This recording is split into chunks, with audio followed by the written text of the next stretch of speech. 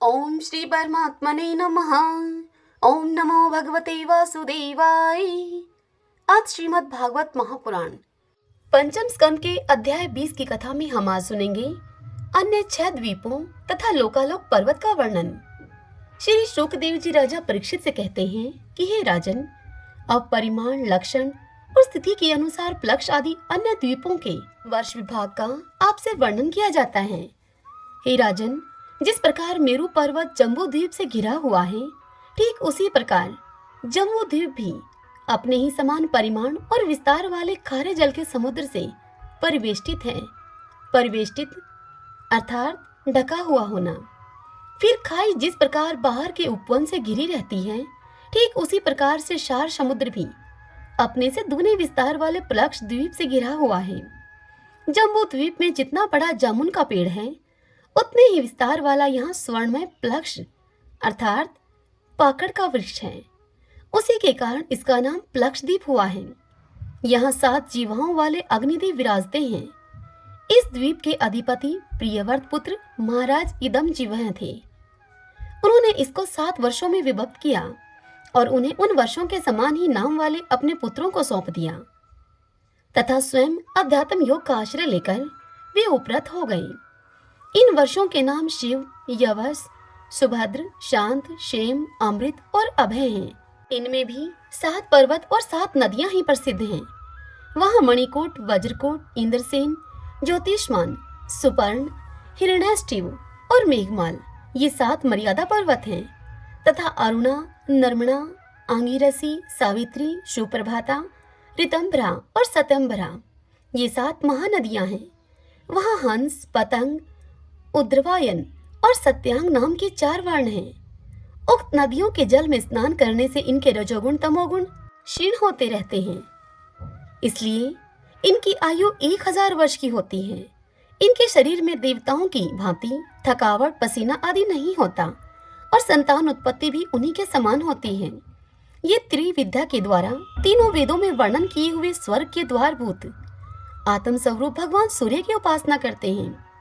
वे कहते हैं, सत्य, रित, वेद और शुभाशुभ फल के अधिष्ठाता हैं। उन पुराण पुरुष विष्णु स्वरूप भगवान सूर्य की हम शरण में जाते हैं। प्लक्ष आदि 5 द्वीपों में सभी मनुष्यों को जन्म ही आयु, इंद्रिय, मनोबल, इंद्रिय बल, शारीरिक बल, बुद्धि और पराक्रम समान रूप से सिद्ध रहते हैं। प्लक्ष द्वीप अपने ही समान विस्तार वाले इक्षु रस के समुद्र से घिरा हुआ है। उसके आगे उससे दुगने परिमाण वाला शामल द्वीप है, जिसे शामली द्वीप कहते हैं, जो उतने ही विस्तार वाले मदिरा के सागर से गिरा है। प्लक्ष द्वीप के पाकड़ के पेड़ के बराबर उसमें शालमली अर्थात शेमर का वृक्ष है। कहते हैं कि यही वृक्ष अपने वेदमय पंखों से भगवान की स्तुति करने वाले पक्षीराज भगवान गरुड़ का निवास स्थान है और यही इस द्वीप के नामकरण का हेतु भी है।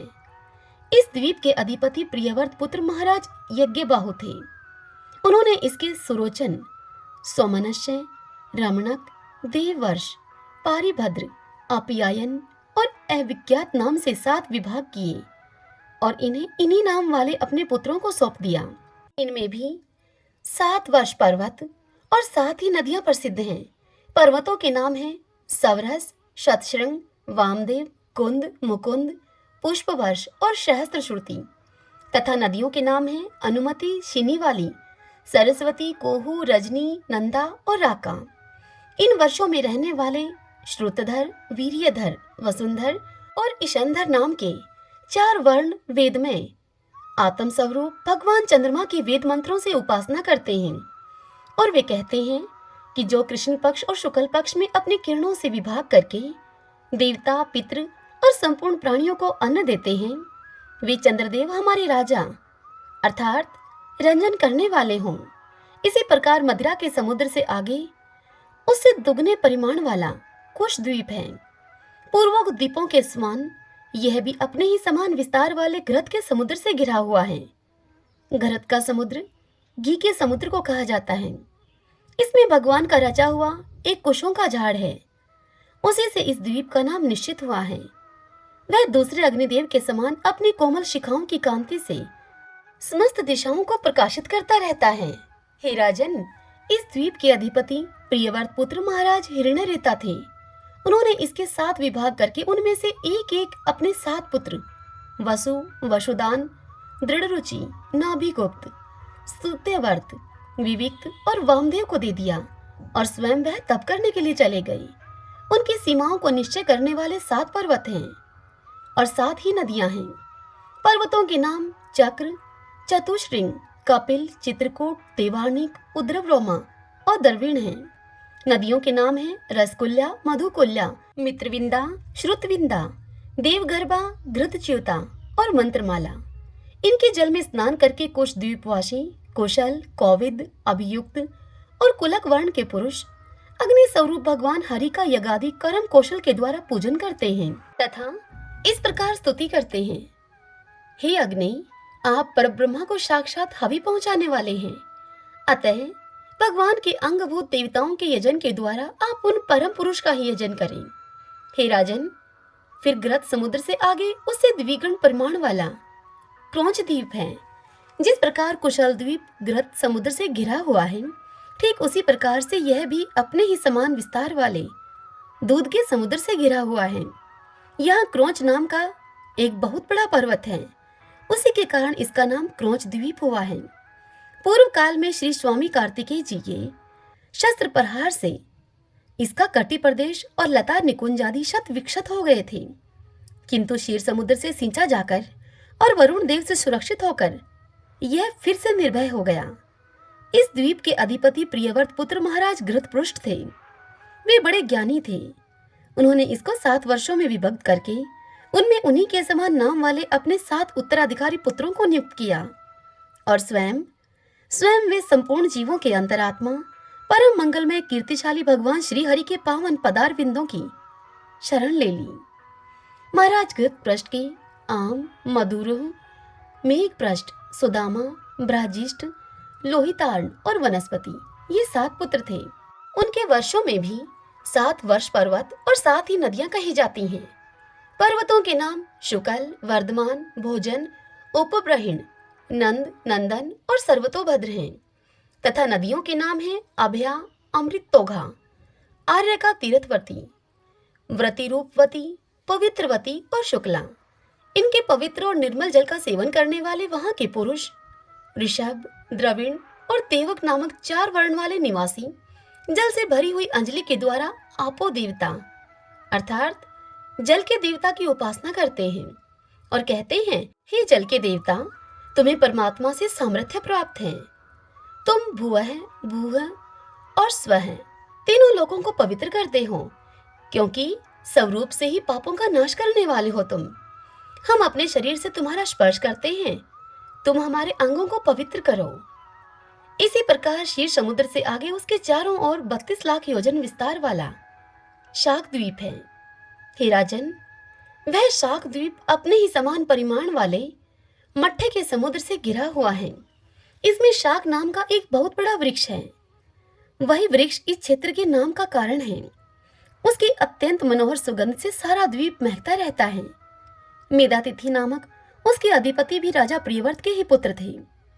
उन्होंने भी अपने द्वीप को 7 वर्षों में विभक्त किया और उनमें उन्हीं के समान नाम वाले अपने पुत्र पुरोजव, मनोजव, पवमान, धूम्रानिक, चित्ररेफ, बहुरूप और विश्वधार को अधिपति रूप से नियुक्त करके स्वयं वे भगवान अनंत में ददचित होकर तपोवन को चले गए। इन वर्षों में भी 7 मर्यादा पर्वत और 7 नदियां ही हैं। पर्वतों के नाम हैं ईशान, पुरुषरंग, बलभद्र, शतकेशर, सहस्त्र स्तोत्र, देवपाल और महानस।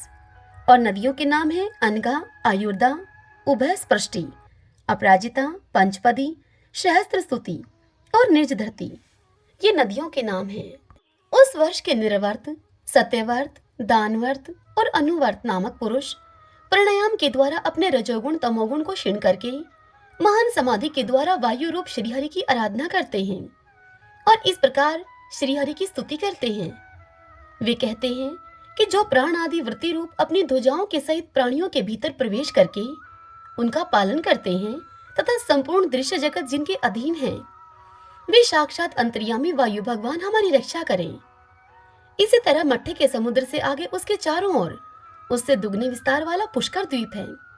वह द्वीप चारों ओर से अपने ही समान विस्तार वाले मीठे जल के समुद्र से घिरा हुआ है। वहां अग्नि की शिखा के समान देदीप्यमान लाखों स्वर्ण में पंखुड़ियों वाला एक बहुत बड़ा पुष्कर अर्थात एक कमल है, जो ब्रह्मा जी का आसन माना जाता है। उस द्वीप के बीचों बीच उसके पूर्वी और पश्चिमी विभागों की मर्यादा निश्चित करने वाला मानसरोवर नाम का एक ही पर्वत है। यह पर्वत 10,000 योजन ऊंचा और उतना ही लंबा है। इसके ऊपर चारों दिशाओं में इंद्र आदि लोकपालों की 4 पुरियां हैं।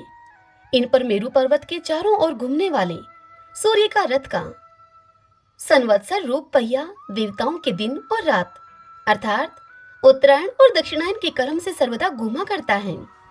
उस द्वीप का अधिपति प्रियव्रत पुत्र वितिहोत्र भी अपने पुत्र रमणक और धातकी को दोनों वर्षों का अधिपति बनाकर स्वयं अपने बड़े भाइयों के समान भगवत सेवा में ही तत्पर रहने लगा था।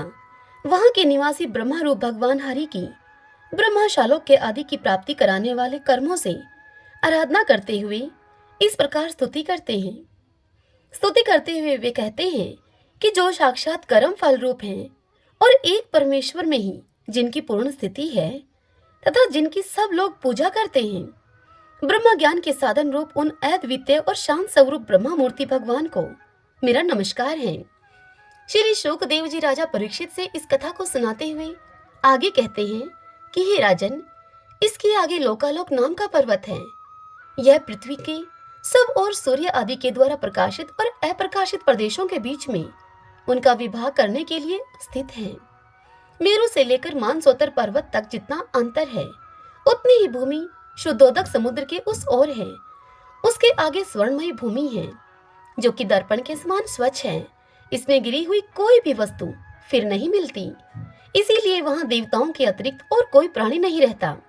लोकालोक पर्वत सूर्य आदि से प्रकाशित और अप्रकाशित भूभागों के बीच में है, इससे इसका यह नाम पड़ा है। इसे परमात्मा ने त्रिलोकी के बाहर उसके चारों ओर सीमा के रूप में स्थापित किया है।